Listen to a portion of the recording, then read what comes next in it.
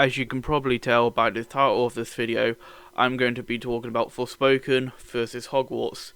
First things first, I'm going to be talking about them individually. From what I saw out of what I've been playing Forspoken today, so I've got a good understanding, and I've seen the trailer, the gameplay showcase trailer, both of them for Hogwarts.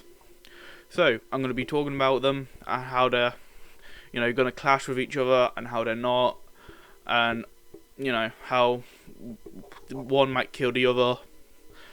You'll find out anyway.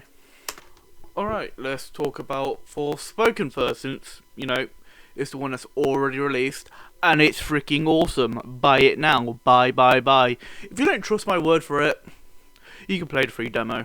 That's out in the Xbox and PlayStation stores, I think, unless it's a PlayStation exclusive, which I've got no idea on. But I don't think it is. So, play the demo. Anyway, let's get into the story. No, let's start with the graphics, actually. The graphics are amazing for magic and combat, but when it's a cutscene, you can really see these characters' faces, and compared to Marvel Spider-Man Miles Morales, you can see a clear difference between how these characters look, and it looks like Forspoken has a bit of a downgraded graphics for the people of this world, so yeah, and it's not good, but apart from that, it is amazing. Like I said, you should buy it. Because combat, oh my god, the combat. Right, so how the combat works is, like in Spider-Man, you've got this spin wheel of little gadgets, where in Forspoken, you got a spin wheel of all your spells you can use. You got a spin wheel of attack spells, and a spin wheel of support spells, and I think you also get a spin wheel of your ultimate magic, your fight end magic, which is brilliant, because that means this I've only just got to the open world part of this game, so I've only really unlocked the magic parkour, but the magic parkour plays a big role in it, because when you're fighting, it's the magic parkour, stamina bar and everything that you use to dodge and be able to dodge and to dodge attack while you're firing spells as well. It's how you survive in these big battles against dragons, against the undead, against goblins. It's a fun game, Combat's amazing. It all looks so stylish, and that's what I love about it. When it comes to just moving around the world with the magic parkour system, it's brilliant. It reminds me a lot of any open world game that does this is one of the greatest open world games in my opinion. With Marvel Spider-Man, you've got the web swinging. I never get bored of it because I never use the fast travel system, because I'm never bored of the web swinging because it's so fun and stylish. And now with Forspoken's magic parkour, it's just as fun. The magic parkour is amazing. It takes a few trials and errors to get you used to it, what's gonna stop you, what's gonna let you keep going at the full speed you want to. But yeah, once you become good at using it, you can really master it, and it's really fun. Because I'm a completionist when it comes to story games, yeah, so I get bored. With GTA, for example, all you do is to get to A to B, drive a fucking car. It's goddamn boring. I do that in real life. Drive a fucking car. It's boring. It's just to get to A to B. If I could fast travel in GTA or something like that, well, you can. It's a taxi system, but fuck that. But yeah, games that have a parkour system that's completely entertains you while you get to A to B. It's the greatest games out there, in my opinion, because you won't be bored. That's why Forspoken is already up there for open world games. It's like already in my top 5 open world games because of the parkour alone. Not to mention, like I said, I'm loving the combat.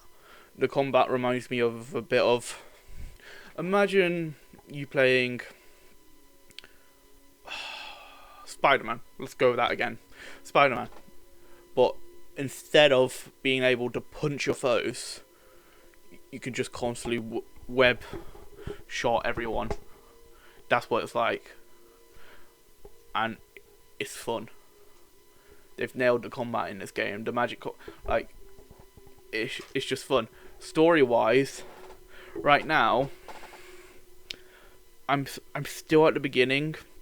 The main character you play as is called Faye, and she will have, when you're about to go to another world, you will get this bracelet, and well, I think they call it a cuff in the game, but yeah, with this bracelet,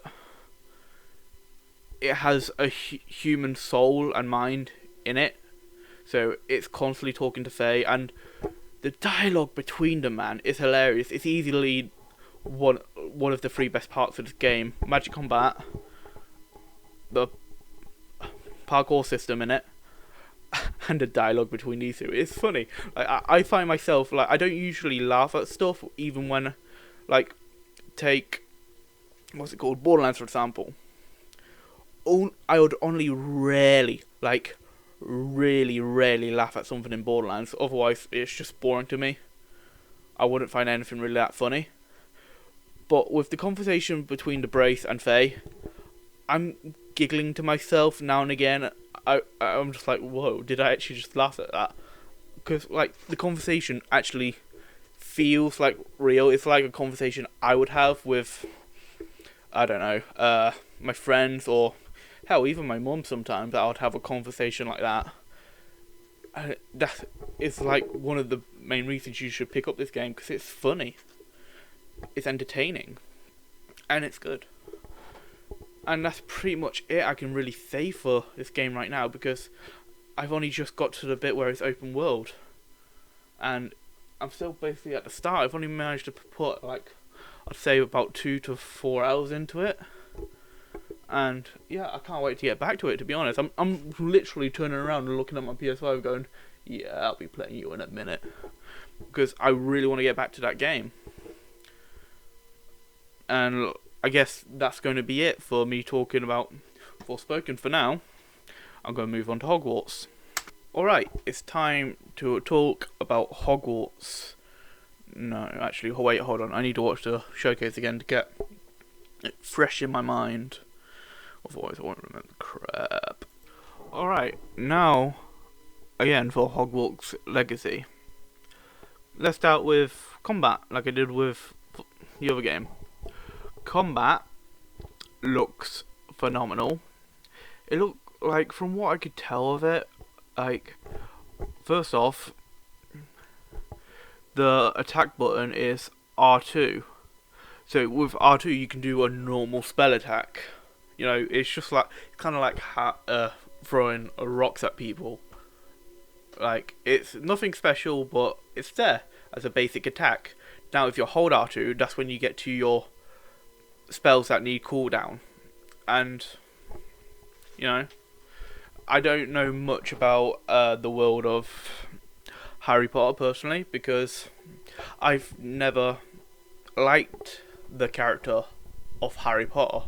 I've always hated him as a character. That's why I never got into the series. The rest of the world, from what I saw of it, when I first watched a Harry Potter movie, is the world looks amazing, and I'm glad with Hogwarts Legacy it's before Potter's era, so I don't have to deal with that little rat's bullshit. I really don't like that character. So with the combat, like I said, if you hold R2, you get access to a 4 grid with a bunch of a 4 grid with each select having each button having a spell assigned to it. Now here's the thing with the combat, you get like you get more of these grids. You could switch between grids. I think the developer said it's either you have 16 grids where you can have like 4 times 16 spells, or it's I can't remember. It's something like that. You get more grids, so you can have more spells at any given time. You just got to switch between them in the middle of combat, which I haven't seen how the switching goes, but I think it's just the D-pad. You just press left or right on the D-pad and it switches that direction. So I generally think it's going to be it's going to be like really easily and fast to switch between which spell you want to use and everything. Now with the rest of the combat, the dodging, like for me it just feels like a fast-paced God of War with the camera angle a bit more backwards, so you're not constantly over the shoulder. But apart from that, yeah, it's a lot like God of War in my opinion, in the way they've done the combat, but with just mainly being long range attacks instead of with an axe that you get up and close and personal. So yeah, and the dodging seems fast, and the game, like in general, it's just quite fast. Not as fast as the other game, but still very very quick combat from what I've seen, and that's a good thing. I know I want to test how quickly I can beat a group of enemies. I don't want to be there for ages slogging it out with just weak enemies just because I attack goddamn slow. I want to be able to finish the fight quickly, because that way I can improve myself.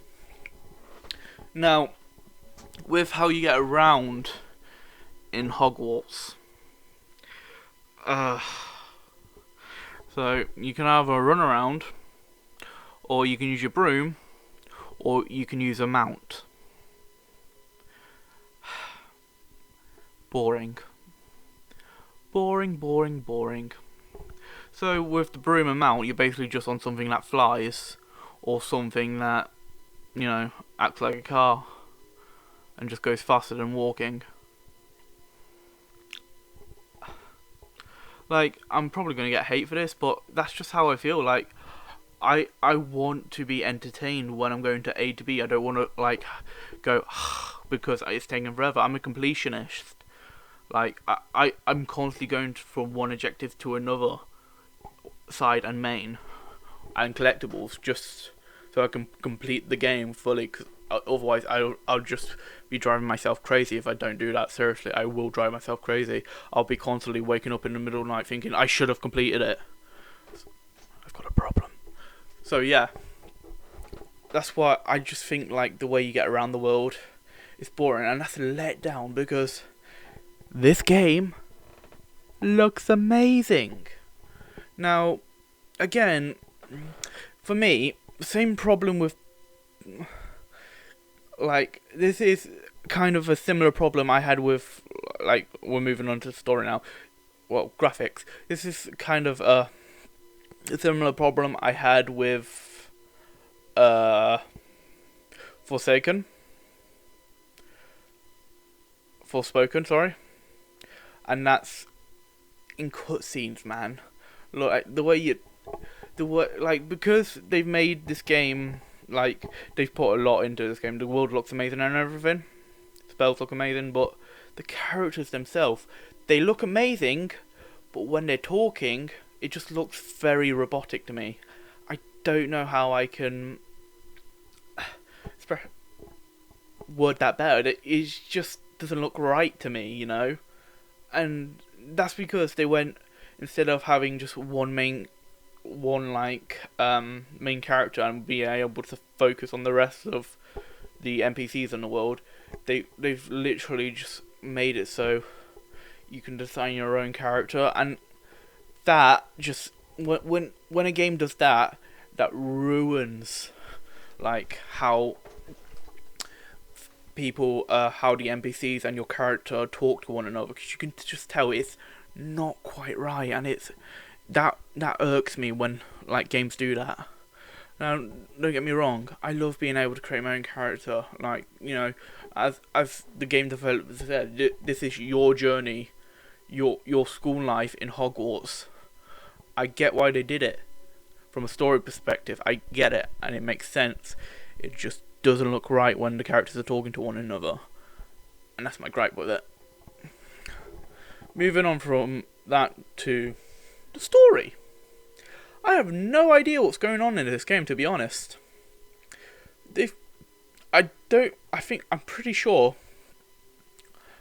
I do watch a few like clips at work when I, on break or something, and I haven't seen that much mention in the story about what's going on. So I'm completely in the dark on this one. But as the game developers said, it is your story. Each house has their own unique side missions. Oh my god, each house has their own unique side missions. Does that mean I'm gonna have to restart the game and go into each house just 100% it? No, that's like, I don't know how many houses there is. Oh god, that's a lot of hours. That's easily going to be over 150. And it'll be more because I want to hear the dialogue. Oh my god. No. Anyway, yeah. So, yeah. It's going to be mad. Yeah. So, yeah. The story is still complete blank, but, it's going to be about, majority of it is going to be about your school life. And I get the feeling, like, since we got the most unpopular wizard principal, can't remember its name for the life of me, but it's what they said in the game showcase that I watched, that he is the most unpopular I think it's wizard principal. If I'm getting this wrong, I'm so sorry, but yeah, the principal of the school and the headmaster. I'm gonna go with headmaster now. Yeah, so he could end up being part of the main story, him like turning bad, because from the glimpses I got of him, he honestly doesn't give two shits about the students. He's just there for the position, nothing more, nothing less. So yeah, apart from that, which since they showed it, I don't think it's gonna have anything to do with endgame, the plot, or anything like that. I think it's gonna come up either early game or midway through, and that's about it. And then we go into like the main plot of it, and yeah. So they've kept the story hidden, which I like. I don't want to be spoiled, so that's good. That is very good. And that's all really I got to say on Hogwarts for now. This is the part of the video where I bring these two together, because this is the first part of the video. Right now, for travelling around the world, Forspoken has the win, because magic parkour is entertaining, stylish, and I love it. Where in Hogwarts you just fly around on a broom or a griffin or a drake or whatever else. It's just boring as hell.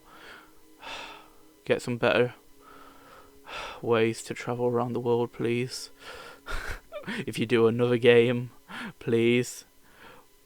And Hogwarts, and here's my second point, Hogwarts will be shadowing, yeah, got it in the end, the Forspoken, with just budget alone. Like, Hogwarts has a major franchise behind it, and because of that, it got the more funding. While Forspoken is this brand new project, has considerably less funding in this new project, and I still think it still beats this AAA title with tons of money and tons of lore backing it up. In some points, at least. Some. But for the most part,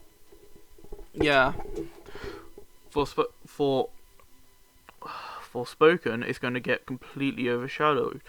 Graphics wise, combat is iffy because they both go in magic combat way in like they're both quite a long distance style, but I would say Forspoken for now has for me, cause, like I've only played Forspoken, I've only seen gameplay on Hogwarts.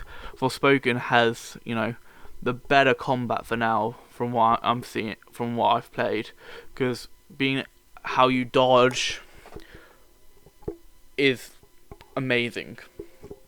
How you dodge attacks is completely amazing, and how you can attack while you're dodging is fun as well. In Hogwarts, I didn't really see you could really do that, unless I'm mistaken and you can, but either way, I still think that point goes to, you know, Forsaken. So the parkour and the combat, I think, you know, Forsaken takes it. But when it comes to graphics and honestly, possibly story, I'm still like, I know nothing about the story, but I'm just gonna give it to, you know, the franchise that has I don't know, what, 10, 13 movies, possibly more, out, is going to have the better story. So yeah, I'm going to give it to Hogwarts, so Hogwarts gets 2 points for, you know, story and graphics. And yeah, but here's the thing, Hogwarts will probably be entered in the Game of the Year awards, while Forspoken probably will not, for one reason, you know. It hasn't got a franchise back in it. You know, this is a new game for Forspoken. This is a brand new franchise just waking up. It's like how Marvel Spider-Man 2018 version is inferior when it comes to, you know, moving around the city, like, because when you're moving around the city in Spider-Man, Marvel Spider-Man only has like, what, 6 tricks he can do altogether, or maybe a bit more. Well, Miles Morales, his tricks are amazing. The way he moves while swinging, everything about the way he moves is so fun, and I love it. That's why, gameplay-wise, you know, Miles Morales is better, but story-wise, Marvel Spider-Man all the way. But yeah, that's what it's going to be like if Forspoken gets another game, you know, gets a Forspoken 2, it will be like so much better than the first one, because they've already done the groundwork for, you know, this new world building they're doing with, you know, and like they've already, like, I'm at the beginning of the game and they've already said there's like you travel to another world, and like literally one of the main characters in this game said, oh yeah, there's multiple worlds you can travel to. So, you know, they've got all these worlds that you can explore. You can, like, in the second game, you might be able to travel between worlds. You know, you never know. I must say, I'm at the beginning of this game, so I don't know how it's going to be. But yeah, it has, like, Forspoken has this almighty potential, but Hogwarts could utterly crush that when it comes out because of the fans behind it. And that's why it's going to be so sad. I don't want it to get crushed. Like, mark my words, if we don't get another game of Forspoken, it's going to be because of Hogwarts. It's just overshadowed it, and because of the fans and the backing it's got, you know, and it's going to be sad. And that's pretty much all to say on it, really. I can't think of anything else. And I need a drink. Listen to this. I'm gonna drink some Monster, because Monster is the best energy drink ever. Fuck KSI with his fucking prime fucking rip-off name, you little bitch. Best drink ever. It went down wrong. Okay, I'm gonna end the video because that actually really hurts.